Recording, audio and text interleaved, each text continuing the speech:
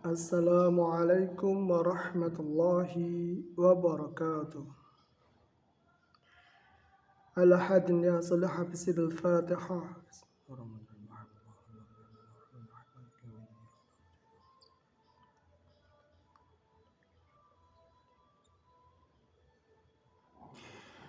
Ila hadrat Nabil Mustafa sallallahu alaihi wasallam wa ala alihi wa sahbihi wa li baitihi ajma'ina. Lawul Fatihah.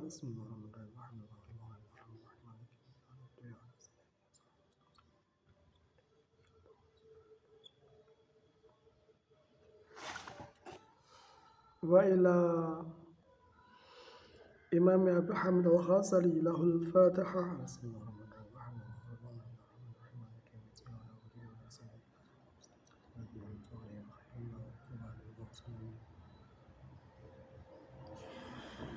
Wa ila Syekhina al-Kiram Kiai Haji Saifuddin Suri Hashim lahul Fatihah. Iyyaka na'budu wa iyyaka nasta'in ihdinas siratal mustaqim siratal ladzina an'amta 'alaihim ghairil maghdubi 'alaihim waladdallin. Bismillahirrahmanirrahim.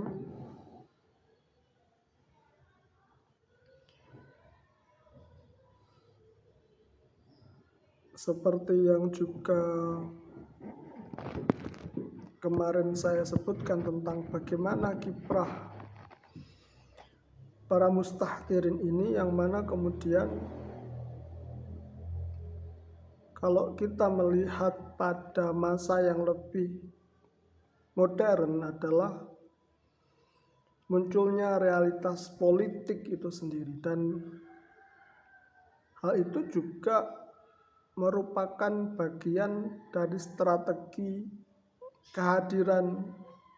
para mustahdirin itu sendiri. Kalau kita membaca apa yang kemudian ditemukan oleh penulis Mesir modern Asif Bayat tentang bagaimana dia menulis tentang politik kehadiran, maka mau tidak mau kita akan melihat bahwa yang uzlah menjadi semakin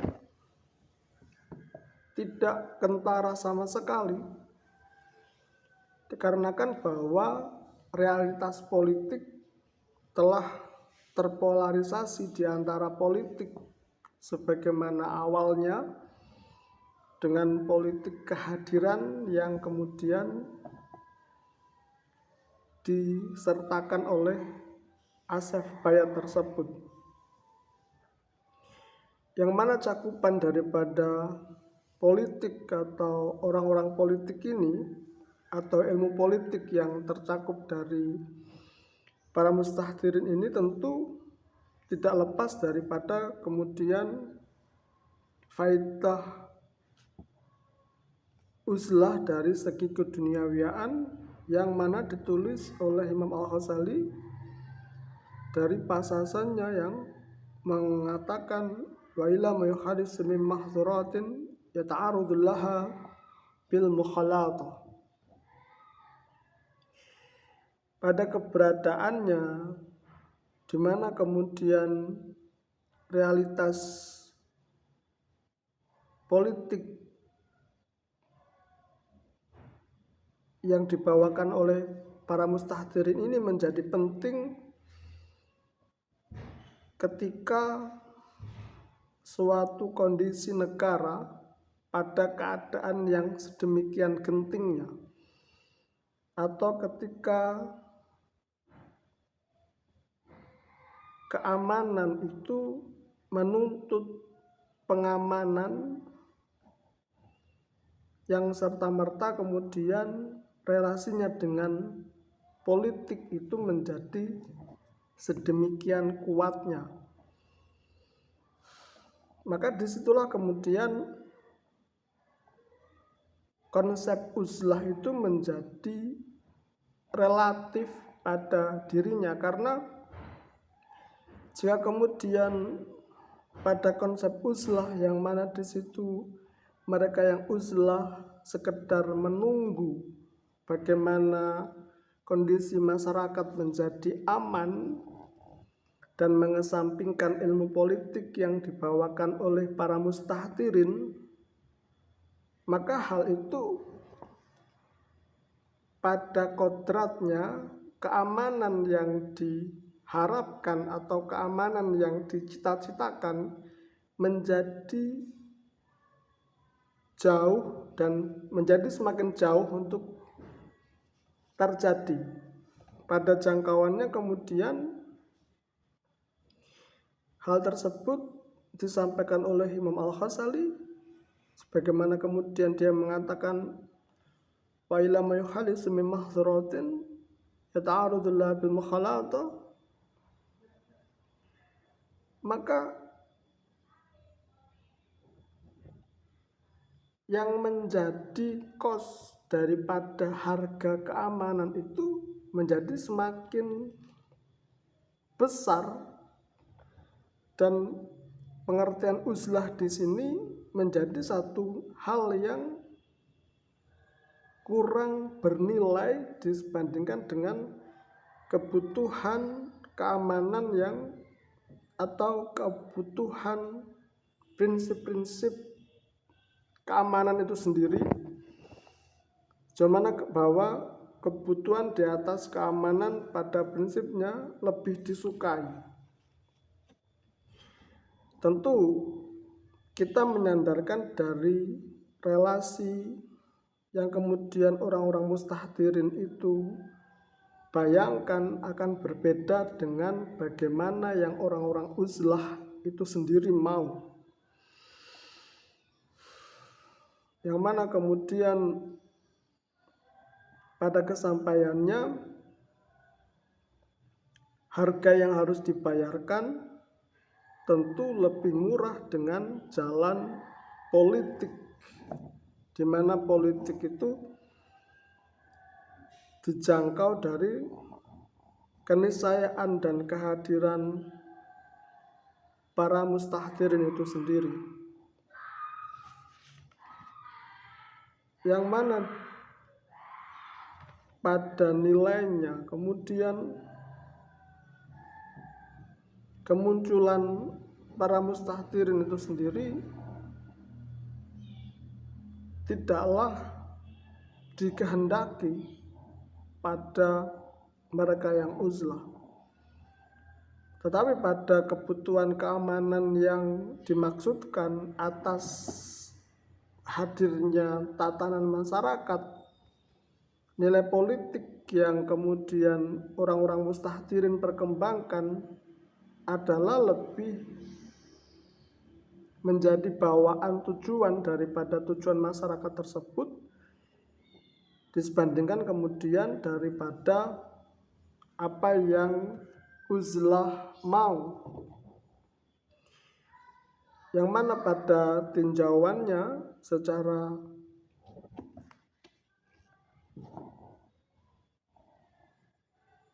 pustaka begini, dari apa yang referensial maksud saya, maka membayangkan satu konsep uzlah yang memang pada kebutuhannya itu memiliki nilai positif, tetapi juga pada relasi-relasi yang kemudian terkait secara teknis memiliki hambatan-hambatan yang juga terstruktur. Oleh karena itu, yang terpenting melihat bagaimana bagian ini terpola adalah bagaimana melihat strukturasi di antara keduanya, sehingga apa yang kemudian ditakutkan oleh Imam Al-Ghazali tidaklah muncul dan menjadi realitas pada kehidupan kita sehari-hari. Disinilah kemudian yang saya pikir pada akhirnya dan pada perkembangannya terkait dengan konsep musyawarah di dalam Islam itu sendiri, sehingga kemudian banyak para alim dan para hukama yang kemudian menyederhanakan pola hubungan mereka untuk mengambil porsi musyawarah dengan tingkatan di bawah mereka, sehingga kemudian dari musyawarah ini mereka bisa memberikan satu opsi-opsi dan dapat melibatkan diri untuk menunjukkan atau sekedar menunjukkan kehadiran mereka dari struktur keamanan yang mereka sendiri butuhkan. Maka pembicaraan ini menjadi sebuah konsep yang juga mendukung nilai sejarah itu sendiri, sebagaimana bahwa para mustahdirin yang berpolitik dan kemudian relasi politik yang mencakup nilai keamanan dari pentas sejarah, kemudian relasi tersebut tercakup dari pernyataan Imam Al-Ghazali yang mengatakan wa ila ma yuhaditsu min mahdzuratin yata'arudu laha bil mukhalatah, dan kemudian beregresi dalam bahasa psikologi dengan konsep uzlah itu sendiri. Maka polarisasi di antara keduanya dapat kita temukan dari bagan-bagan filosofisnya terlebih dahulu, tanpa kemudian kita terjebak pada penamaannya. Dan inilah yang kemudian kita akan coba strukturkan sejauh mana kemudian bahwa hal itu mencakup satu realitas yang kita coba carikan satu padanannya dalam realitas kita, sejauh mana kemudian alam daripada realitas kita itu sendiri mencakup semua apa yang kemudian terefleksi atau kemudian terfluktuasi, sehingga membuat kita berusaha untuk menghabiskan energi sejauh mana kemudian kita memikirkan semua peristiwa tersebut. Jadilah bahwa dengan usaha kita untuk mengkonsepnya, kita tengah berusaha untuk memikirkan bagaimana jalan keluar dari apa yang kemudian menjadi masalah kita secara umum di tengah-tengah realitas kehidupan kita di seluruh dunia ini, sejauh mana bahwa kita telah mengalami sebuah problem realitas yang niscayanya pasti berangkat dari satu konsep yang mendasar dan tidak terpisahkan daripada kehidupan kita seluruhnya. Oleh karena itu, maka apa yang kemudian disampaikan oleh Imam Al-Ghazali ini mendukung satu wacana yang sesedikitnya memberikan harapan untuk kemudian sekedar memisahkan antara satu pendapat yang dipengaruhi satu wacana dan satu pendapat yang kemudian tidaklah memiliki satu wacana sama sekali.